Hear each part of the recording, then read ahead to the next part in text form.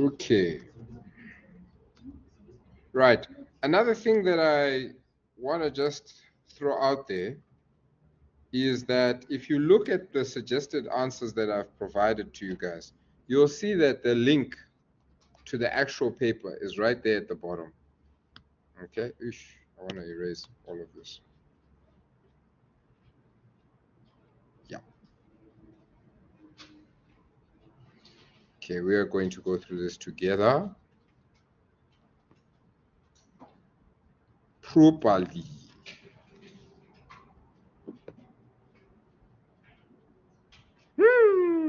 Or maybe that one I won't, just in the interest of time. Yeah, we can erase the rest.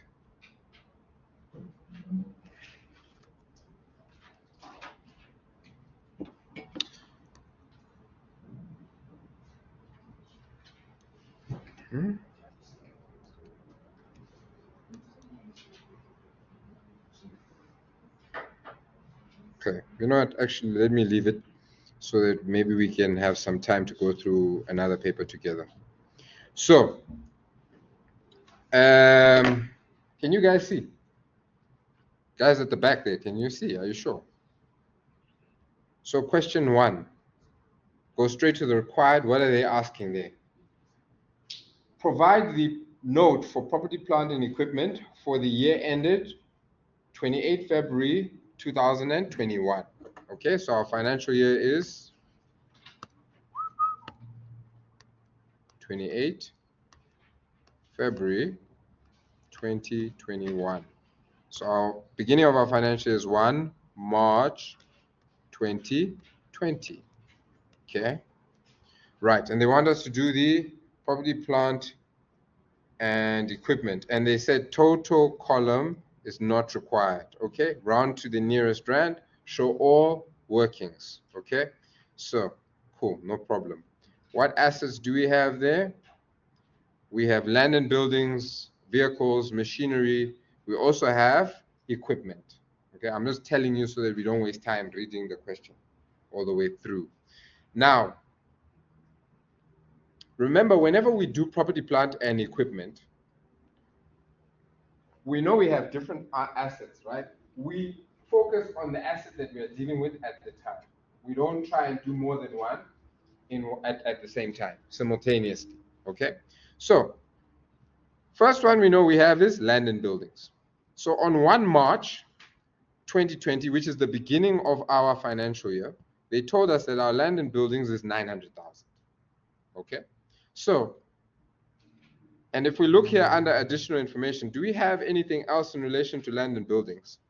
We only have this bullet point here, the first one. It says, a new building was purchased on 1 September 2020 for $1 million. And then it starts to talk about vehicles and so on and so forth. Okay, and under the depreciation policy on non-current assets, we also do not have anything pertaining to land and buildings, which makes sense because land and buildings does not typically depreciate. All right, in all the questions I've seen where they've had land and buildings, they have not depreciated it for you guys. So we come to our property, plant, and equipment statement, okay, where we know the objective is to try and calculate the carrying value at the end of our financial year. We know that land and buildings, on the cost of our land and buildings on the first day of our financial year is the 900,000. Okay, right? There's no depreciation or accumulated depreciation, so our carrying value at the beginning is 900,000. Happiness there. Then we go to movements. Under movements, we know we did not dispose of any land and buildings. We know there was no depreciation for land and buildings for the year. But we also know that we did purchase more land and buildings, according to that first piece of information, which said a new building was purchased 1 September 2020 for 1 million. Okay, so under additions, we're putting a 1 million there. So we have a positive movement of 1 million. All right, so the 1 million plus our carrying value, because we know to get our carrying value at the end, we are simply saying carrying value at the beginning plus your movements, will give you your carrying value at the end. Okay, and that's how we're getting our 1.9 million. Likewise, if we wanted to do it the other way around, we could have just said, what is our cost of our land and buildings at the end? We know that we had 900,000 and we bought 1 million, so that gives us a cost of 1.9. Okay, and again, there's no depreciation during the course of the year, so we know our carrying value is 1.9. We're happy with that. So land and buildings is now out the way. Now we can move to vehicles. Then vehicles. Under vehicles, well, maybe let me start at the top like we did with land and buildings. On 1 March 2020, the value, what's that about? The value of our land and, our vehicles is 200,000. So you can quickly come down, plug in that 200,000, okay? Then we say, did we have any accumulated depreciation on 1 March? Yes, we did for vehicles. And that is 40,000. That is 40,000. So we go and we plug in our 40,000 there. So what is our carrying value? We know it's going to be the sum of this breakdown here between cost and accumulated depreciation. So 200,000 minus your 40,000 is giving you 160. We're seeing where all the amounts are coming from. Okay, happy with that. Now we move on to movements in connection to our vehicles. Now let's see, what information are they telling us? They say vehicle A, and maybe let me do this with green. Vehicle A, with a cost price of 200,000, was sold on 31 November 2020 on credit to Mr. Long for 140,000.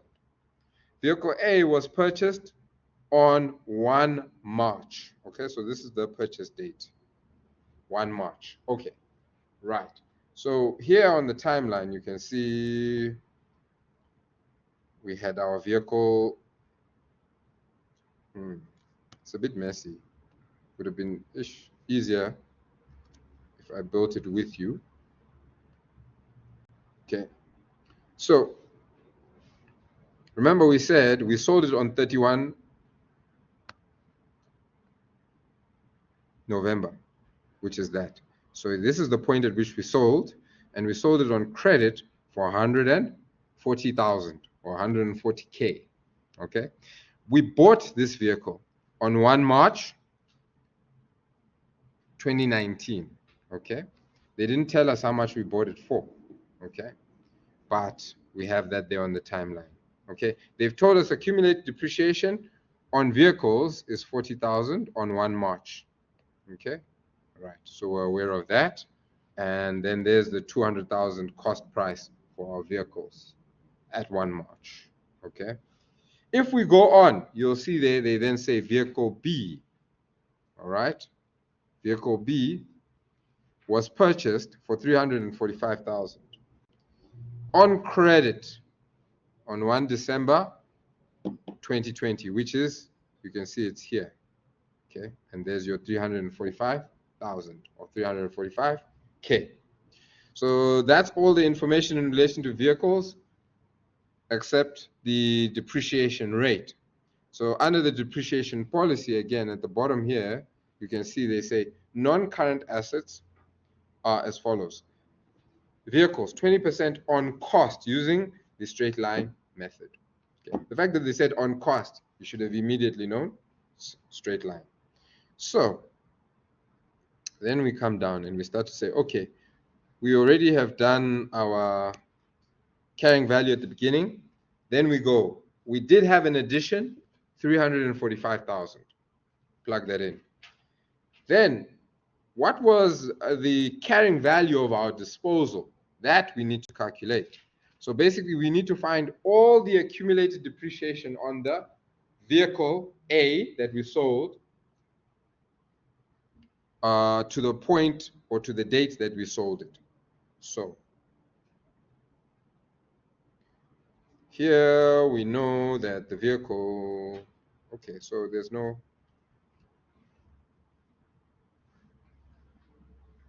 here's where we did the calculation. They told us the accumulated depreciation was 40,000 on the vehicle. They said that here. No, they did not say it here. But what we used is obviously if the cost price was 200 and our cost price of vehicles at the beginning is 200, then we can say the only vehicles that we had was vehicle A, all right, at the beginning of our financial year. So that means this accumulated depreciation at the beginning of our financial year can only belong to vehicle A. Is that making sense? We together? Okay. So we know we're on straight line as well. So because we're on straight line, we are now trying to find the depreciation that happened on the vehicle A before we sold it in this financial year. So we say the 200,000 from the 1st of March 2020, which is the beginning of the financial year, to the 31st of September, March, April, May, June, July, August, September, October, November, 9 months. So that's where we're getting this 9 from, okay? Times your depreciation rate of 0.2, okay? And then you're gonna get 30,000. So our depreciation on this asset has been 30,000, and then we, in previous, at the beginning of the year, there was the 40,000, which is then giving us a total of 70,000. So to get the carrying value, right? Because remember, we need to record the disposal at carrying value. We then need to say cost, which is 200,000, 200K, minus your accumulated depreciation, which is 70,000, which then gives you 130. Okay, so now can you see where this 130 is coming from, which we have over here? Okay, but we're not done with our movement on vehicles. We now need to calculate the depreciation that took place on vehicles for this financial year. We know we have a new vehicle, right? We have a new vehicle, and that new vehicle is valued at 345,000, isn't it? But how long have we had the new vehicle for? We only bought it 1 December. So if I do a quick timeline here, 1 December 12, 2020 to what, 28 February 21. How many months is this? December, January, and February. Can you see? It's 3 months.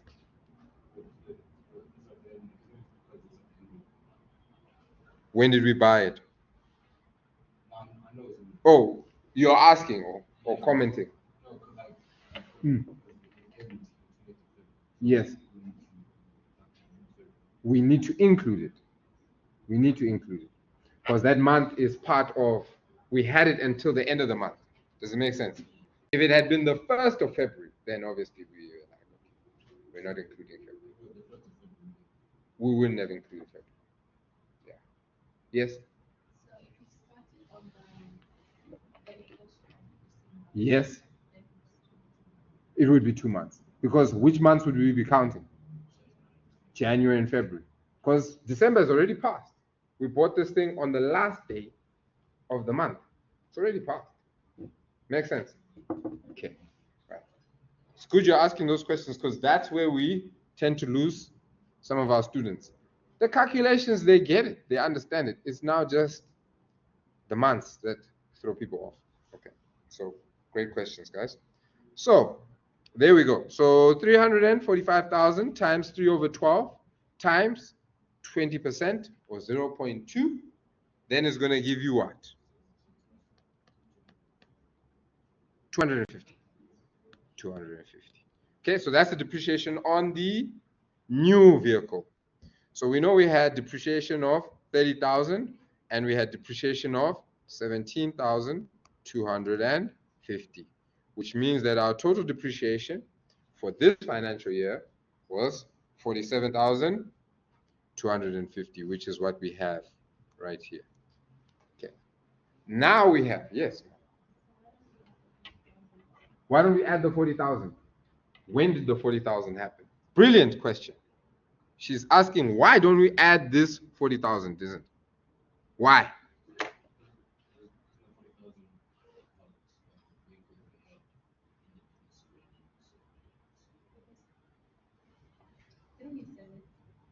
Yes, we did. We did sell it prior to the end of our financial year. Yes.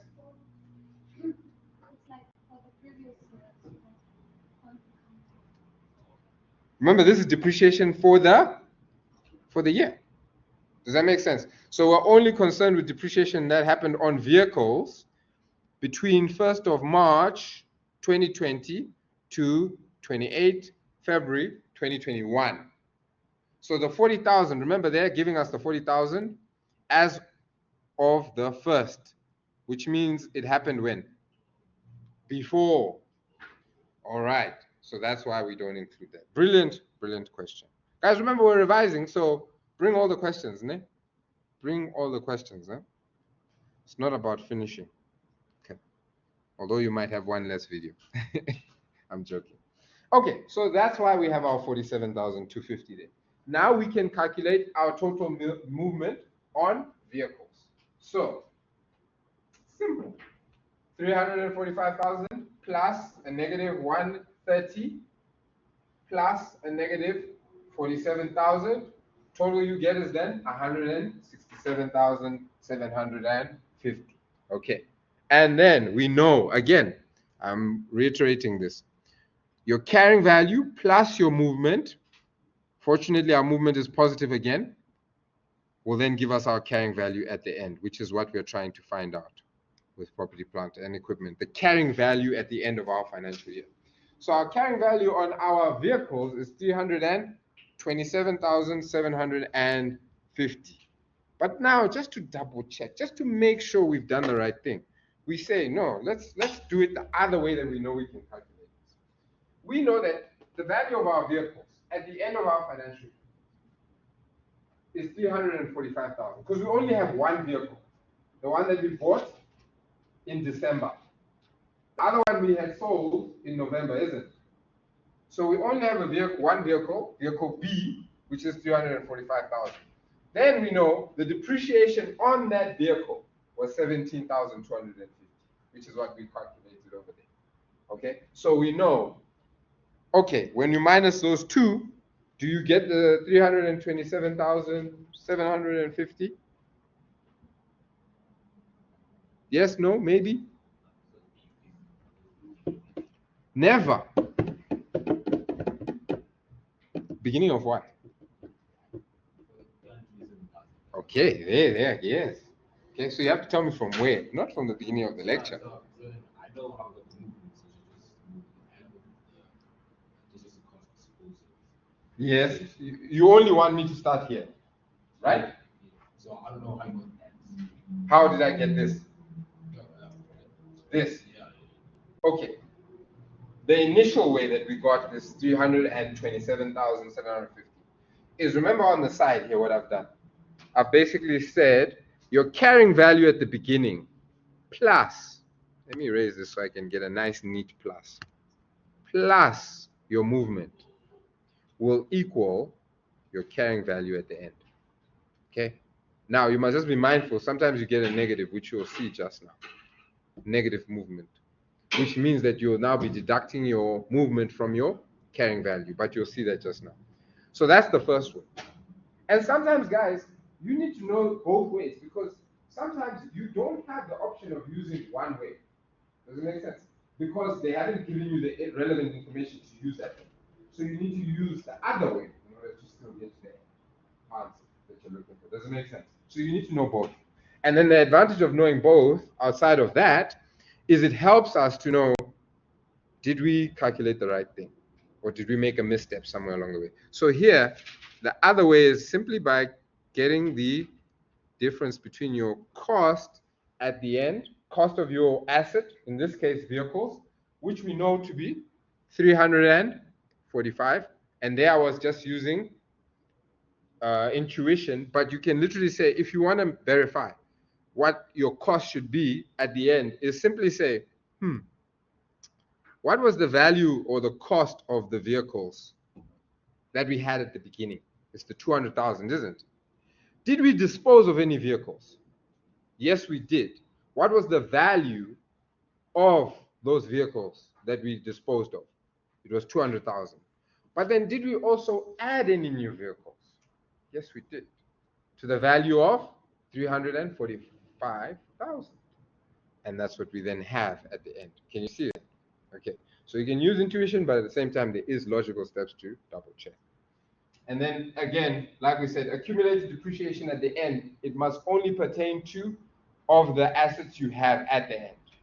Okay? Because remember, when we do the disposal, we say all the accumulated depreciation that happened on the vehicle that we disposed of, we take it out the books. So how can we then have it at the end of the financial year? Doesn't make sense, right? Okay. All right. Excellent stuff. Cool. So that's how we get our 327,750. So basically you have to know both ways. You don't have to. You don't have to. I always just do this so you guys, firstly, you know both ways, because we don't know what information they'll give you in the test or the exam. So you need to know both ways, right? Secondly, just as a means of double checking. But in the test or exam, you might not have time. You get what I'm saying? So if you don't have time, don't waste time double checking. Does that make sense? But I just want you to know that you can double check, because sometimes you have the luxury of time. All right. Remember, guys, today is about also exam and test technique. So ask away. I welcome it. Okay. Right. So we're done now with vehicles. We can now move to machinery. And here, they made you work for your marks with machinery. So with machinery, they said all machinery was purchased on 30 April 2017. Can you imagine? And in relation to machinery, what else have they provided us with? They've said machinery, the cost at the beginning of the financial year, is 300,000. All right? And the accumulated depreciation, did they give it to us? No, they didn't.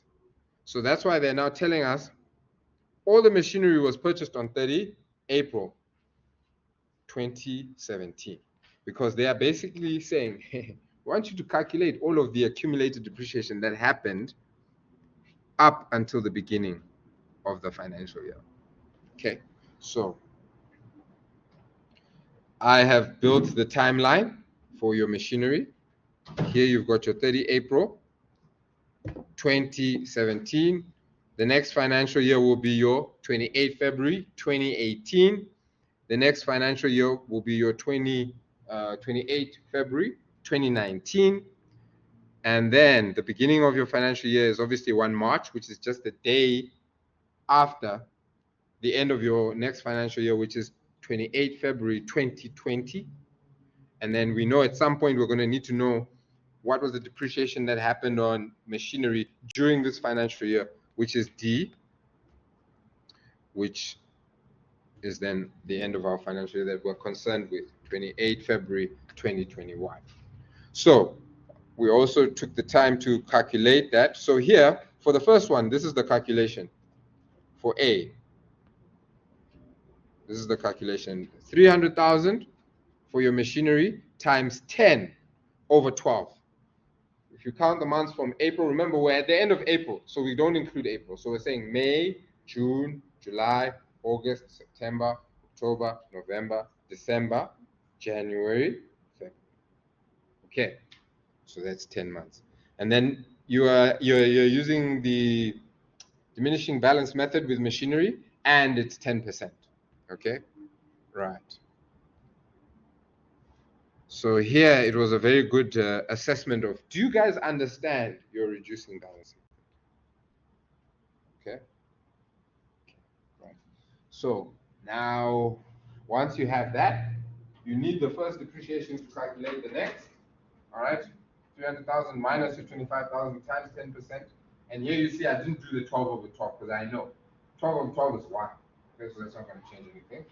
There you go to 27,500. Then for C, 300,000 minus the 25,000 from the initial depreciation, 27,000 from B, and then times 10%, you get 24,750. Then we get to D, 300,000 minus all the other depreciations, times 10%, you get to 22,275. Total accumulated depreciation there at the end of all those financial periods is then 99,525. Now, fortunately, with machinery, they did not tell us that we sold or bought anything. Okay, so that was the only calculation that we would have needed to do. Yes. How? I did it. You still got the same amount. Okay, brilliant. What did you do?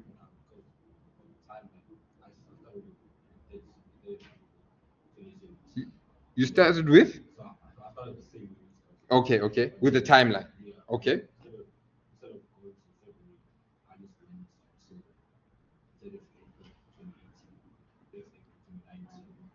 Oh, okay. Did you? Okay. Aha. Yeah. Because you see, you are doing your first period is a year. Can you see that? My first period is 10 months. But at the end of the day, you're still going to have the 10 months at the end because you just started and closed off your financial year differently. But you did it fortunately, this was only pertaining to this asset, so there's not going to be any issues. So, yeah. Cool. Everybody happy with that? So now it's just about inserting this information into the property, plant, and equipment. Okay, so we then go, we have our machinery there, and we know our machinery, the cost at the beginning of our financial year was 300,000. The depreciation, accumulated depreciation, remember we are looking for as at the 1st of March, okay? In other words, a day just after this. So we're only adding all the depreciation up until C. So it's A, B, and C to get the depreciation at the beginning, or accumulated depreciation at the beginning of your financial period. So it's that 70, that's how we got the 77,250. Okay, then minus the 300,000, you then get a carrying value of 222,750. Okay, then we say, okay, now we need to work on our movements. Machinery, did we add a new asset? Nope. Did we dispose of anything? No. So the only thing we need to calculate is the depreciation that took place on machinery for that year, which is what we have already calculated with D. Okay? And that's your 22,275. And so we plug it in, and therefore our movement is obviously just that, the depreciation for the year. And so then our total carrying value at the end of the financial year, again, we're saying carrying value at the beginning plus your movement. Can you see the movement is negative this time? So it ends up being 222,750 minus 22,275, and then we get our 200,475.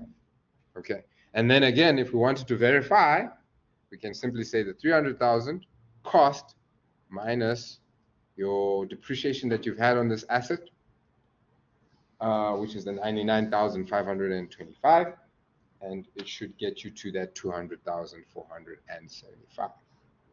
So that's machinery. That's machinery. Then we move on to equipment, and equipment was a whole lot better than that of machinery. If you look in the table which gave us all our values for the beginning of our financial period, you see, is there any equipment there? So what are they telling us? If there's no equipment there, what are they telling us? We bought it when? Yes, that's what I wanted to hear from you. During the financial year. Okay. And then I have a timeline for that. We bought it on 30 September. Remember the beginning of our financial year? Oops. The beginning of our financial year was 1 March. 2020, sorry. 20. Okay. So we bought it during the financial period. That's why we had nothing in equipment at the beginning, as you so rightly highlighted. So you can see here, 0 for cost, 0 for accumulated depreciation. Obviously, that means our carrying value is 0. Then we say, but did we buy anything in terms of equipment? 100% we did. We know we did on the 30th of September for 30,000. And we plug that amount in. But then if we bought something during the financial year, that means we also had depreciation on that new equipment. Okay. And this is actually computer equipment, to be specific. And then we need to say, how long did we have it during this financial year? So we say, oh, we're already at the end of September. So October, November, December, January, February. 5 months. Okay. So 30,000, 5/12 times 10%. Okay. And you're on the diminishing balance method here, by the way. So you then get depreciation of 1,250, and that's obviously then your depreciation for the year. Cool. You plug that in, happiness there. So our movement is then obviously the difference between the value of the asset that we added and the depreciation for the year, which is 28,750. Okay. And then obviously we don't have anything in the carrying value at the beginning of the year. So our carrying value at the end is obviously the total on our movements, which is why we have 28,700. Okay. To verify again, we can quickly just say 30,000 minus all the accumulated depreciation that we've had on this asset, which can only be the depreciation we had this year because we only bought this asset this year, isn't it? And then you get the same amount. So we should be good. We should be good. So again, here they said you don't need to do the totals column. So I just did it, but initially when I did this, I actually had the wrong amounts. So if you're copying this, in fact, don't copy this, just add your own totals because these totals are wrong. Yeah, because I had gotten, I think it was a depreciation on the equipment. I had 1,500, but it was actually 1,250. So yeah. But anyway, like I said, in the test, please, if they say don't do narrations, don't do narrations. If they say don't do totals, don't do totals, because you are wasting time. Even if you have extra time, don't waste because there's no marks there. Does that make sense? Okay. So you might as well maybe check 1 or 2 things if you feel you need to, rather than waste time on that. So now we go to question 2. There were only 2 questions here, and each was for 30 marks. So property, plant, and equipment, they will either ask this to you in the exam or in the test, but it's coming. Okay, it's coming. So my advice is just learn it now because we don't know what is coming, what's not coming. Then here, question 2, they give you the pre-adjustment trial balance. Okay, for Lagos General Supermarket. And they're saying you use the perpetual inventory system there. And then they give you some adjustments. And then under the required, they say journalize the adjustments journalize the adjustments for the year ended 28 February 2021. No document numbers or folio numbers are required. No journal narrations are required. No closing entries are required. Round off to the nearest rand. Show all workings. Ignore that. Okay. Guys, from your side, from what I saw in test 1, right? They asked a lot about that. So I'll just say, just be prepared typically they shouldn't ask about VAT because we've assessed it in 1A. If you wouldn't be here if you don't know how to do VAT, all right? On some level, you might not be perfect at it, but we've already assessed you on that. Does it make sense? So that's a concept you should be familiar with, but they very well may ask it because of the way I saw they asked it in test one. So just be ready for that, okay? But I think let's not go on. Let's take a break. And then when we get back, we'll finish this off.